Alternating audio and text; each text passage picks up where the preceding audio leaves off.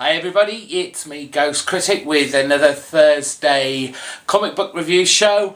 Back to normal after the debacle of last week when I tried to get all fancy schmancy on the video and do lots of editing in kind of honour of DC's Gatefold month, but it didn't work and I lost it all, and you had a practically 2-minute video from me. Thank you all for still supporting it, and thank you to the JMac Experience for coming along and watching it too. It was quite spooky that we both used the same word for last week's Green Lantern, but that's by the by. Yeah, I've only got 5 books this week. And not really much to say about them. Before I do start the reviews, I just want to give out a huge shout out to my 2 favourite guys here in the YouTube comic book community who did the most phenomenal job on Tuesday night. I think we all know who we're talking about. The finely designed guys, Scott and Tim, did a Sandman special, and I mean, I PM'd Scott about this the day after, and there was an atmosphere. I know it sounds weird because we're in so many different places, you know, there are huge oceans between a lot of us, but you could feel the atmosphere. I felt bad about commenting as these guys were talking. I thought, it's disrespectful. This was pure magic, and I don't often see podcasts on these Google Hangouts as professionally and as entertainingly and as inspirationally good as those 2 put out this week. I mean, their finely designed videos are just brilliant anyway. I think I speak for a lot of us in cursing Scott and Tim due to the fact that they keep showing us books that we're like, I haven't got it, I must have it, and, you know, literally spending our money for us. But they are always entertaining, they're always informative.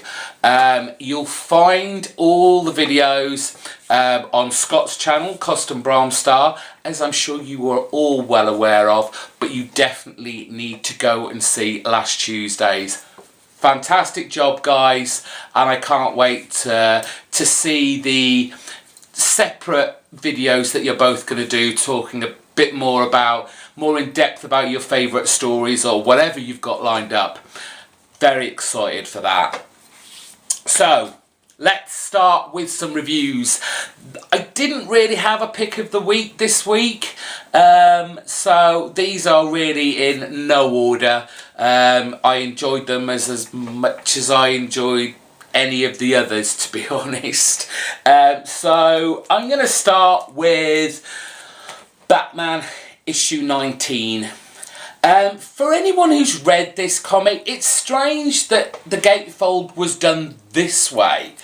I would have thought it would have been way more effective if it had been Commissioner James Gordon's greatest foe, and have Commissioner Gordon there with a gun and then you turn it over and it's Bruce Wayne. Because this is really how the story kicks off. We have a bank raid in progress, and we've got Commissioner Gordon and Bullock outside trying to assess the situation, to get whoever's inside to release their hostages or find out how many hostages have gotten there. And of course we turn over the page, and who is it that is instigating the bank raid?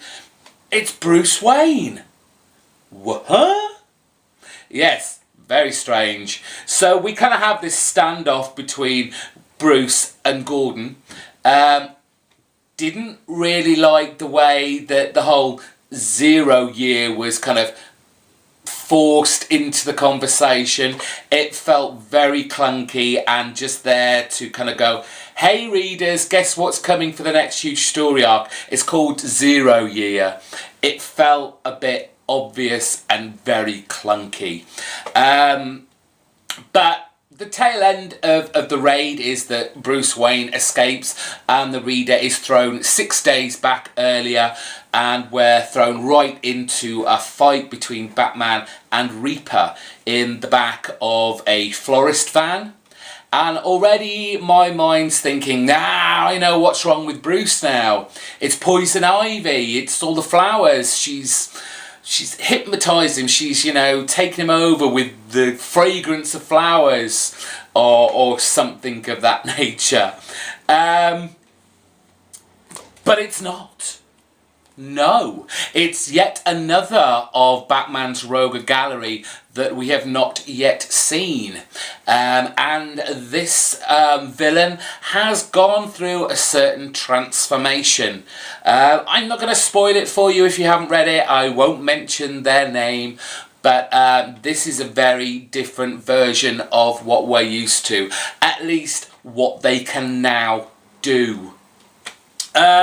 So we've kind of got this investigation into the guy called Brian Wade and his death or apparent suicide.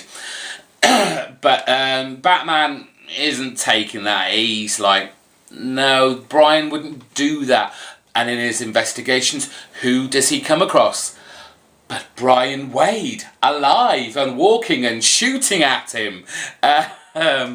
So there is plenty of action in here. The colouring on this was very not strange, but it was very different. The colourist, what was their name? Placencia. Yeah, everything is very, like, a shade lighter than it normally is. It seemed a very bright looking issue this time around. The art by Greg Capullo was great as always. Just the colouring was a little too bright for what we're used to. The colours were a bit lighter and made me a bit... The backup story, I didn't actually realise it was a backup story to begin with. I thought this was just like going to be an advertisement for this up-and-coming kind of Batman and Superman comic. But it is actually a proper backup story. This is part 1, leading into more of a kind of supernatural nature. The story itself was interesting. This house, people are going in, they're not coming out, and there's a glow, a sinister glow, and it's really putting Superman off. Like I said, the story is serviceable enough for the 6 or so pages it lasts for, but the artwork, Alex Maleev, he's a good artist on certain books. His run with Brian Michael Bendis, brilliant, fantastic. Here, it just looks awful. I didn't like it at all. Batman and Superman just look terrible, and not a fan. That was Batman 19. Issue 2 of Sex came out this week, Joe Casey's. Is this a mini-series? I'm still trying to find out if it is or not. I thought it was, which makes me a little concerned, because there's really not a lot going on in here, unless, of course, you're talking about all the sex, all the nudity, all the swearing and cars exploding.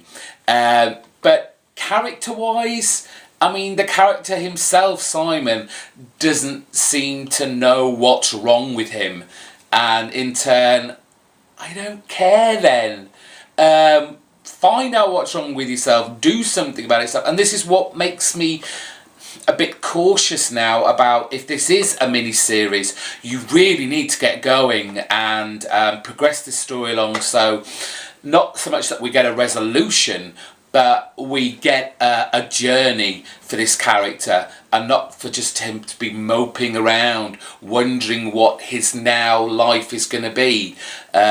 Yet we get a little bit of interaction between Simon and Annabelle. Annabelle clearly is another kind of retired superhero who now runs this, what is basically a high-class brothel. And you do kind of get the kind of Batman Catwoman kind of relationship between these two. They've obviously fought before. There's obviously an attraction between them. So you don't really learn much from them both, and the huge conversation they have through the community lounge. There are more flashbacks, more reminiscings with this older lady that I guess is his mother. But it was the dishwasher that we saw in the first issue, Keenan, that kind of sparks a little bit of interest and kind of lifts up the story. Keenan is obviously working in this brothel, and he's writing down everything he hears. He knows, you know, the criminal element of this city come there, and he's making notes of everything he hears. And we have this big, like, motorbike car chase of him trying to escape with something he's got that they want, and there's a kind of allusion to the fact that maybe he could have been a sidekick.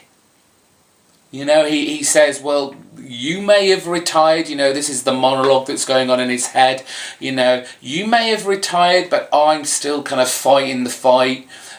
So is there more than meets the eye to Keenan? And like I said, it's full of sex, it's full of nudity, there's lots of swearing in it, it's a mature title. We'll be talking more about mature titles in a couple more comics. Buffy issue 20, and great, gorgeous cover. I hope you can see that, and if not, I have a picture of it on my Twitter feed. Go and check that out if you've not already seen it. But I love the cover.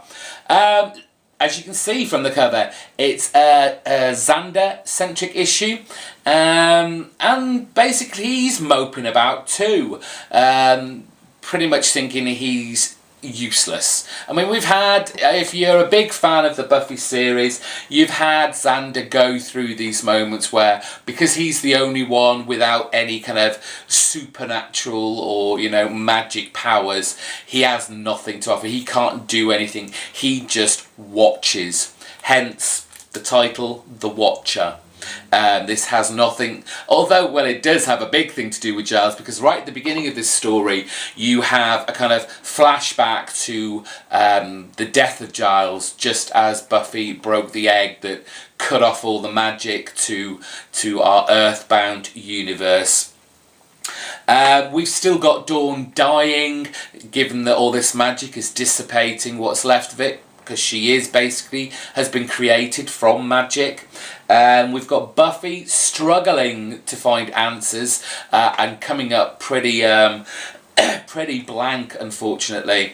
And as Xander's moping about, suddenly he is magically transported from where he is to a disabandoned warehouse, where Severin reveals there's more to his idea of trying to reverse time than meets the eye. This is not only about getting his girlfriend back anymore. This is going back much, much further. And you have to wonder, is he actually doing a good thing? Although his motives may be, you know, untoward and villainous, the actual end result could benefit a great many people. And it's a decision Xander has to make, whether or not to side with him or not. Willow's back, and guess what? She can do a little bit of magic again. I presume this happened in the spin-off mini Willow series, which unfortunately I didn't read. But I guess that all happened there. She can now use a little bit of magic, but it's not to its full potential. She's not full Willow or Wiccan yet. I really enjoyed this. Another more than issue of Buffy, so it's still there, clinging on for dear life, stopping me from dropping it from my pull list. So we were just talking about mature reader comics. So this week, the Saga issue or chapter 12 came out, or what I'd rather call the controversial cock edition. Was it controversial though? Okay, these may be mature comics, but do we necessarily have to have this amount and this graphic sex between the covers? It is a comic book after all, and I'm sure lots of people have got lots of opinions. It's a book that hasn't shied away from sex in the past, but whether it has been shown as graphically as it did in this, despite the size of these images, I mean, these were no bigger than postage stamps. I was in the shop when I picked it up, and I'd heard the whole hoo-ha, and before I even left the shop, I was flicking through the page because I thought, this is a big thing. You know, I mean, I'm going to see this straight away. I passed the first 2 pages where all the madness that everyone's going on about was on. I thought it was going to be a big splash page, but no. Now, while it was just like, did I really need to see that? What was, you know, Brian K. Vaughan and Fiona Staples trying to say by having those images on the Prince Robot's TV screen? In the past, the images that have crossed his face, his TV face, have kind of meant something at the time because of the scenario he was in. So are we to assume that as Prince Robot was dying, all he could think about was someone sucking cock? I don't know. I think a big, huge fuss over not a lot, really. And I think it may have even been put deliberately there because, to be honest, this is a much slower issue of Saga than we're used to. A lot of plot going on in here with Prince Robot. He's still hung up on the fact that the book that both Alana has read, this A Nighttime Smoke, that he thinks has caused their rebellious nature. He thinks it's still to do with that, and that they will eventually end up at the author's abode, this Heist guy. And he finds Heist living in a lighthouse outside, because this is Brian K. Vaughan and Fiona Staples. There's got to be a small element of weirdness going on. We've got kind of a seal in dungarees with a walrus on a lead, basically, being pulled behind him. And the Prince Robot goes and meets him, and he knows there's more than meets the eye to this book, though Heist denies it, saying it's just a kind of useless throwaway bit of trash that he wrote to pay the bills, basically. But, you know, Prince Robot is adamant that this is some sort of kind of like terrorist propaganda, and he believes that at one point our Saga family are going to end up here to meet Heist for whatever reason. But that last page, well, Saga is on hiatus now again, or while the two catch up. So I think in a way it's a good idea if both of them would have been struggling to keep this coming out regularly, monthly, month to month, and solicitation slipped and we missed a month. I'd be probably more pissed off by that than them saying, look guys, we're taking a hiatus, we've come to kind of a natural stop, cliffhanger, if you want to call it that. We're going to take a few months off so we can, you know, complete or catch up to get the next, say, 6 issues out for you. So there's no break between a storyline. So yeah, Saga, a little bit less than usual, but still cracking book, which you should all be reading. Finally, out the gate, it's Star Wars issue 4 from Dark Horse, and the Empire is everywhere. It's wherever you look. We kick off with Han Solo trying to escape from some TIE fighters from Coruscant, but he decides to take a decidedly different tact in escaping rather than out into space.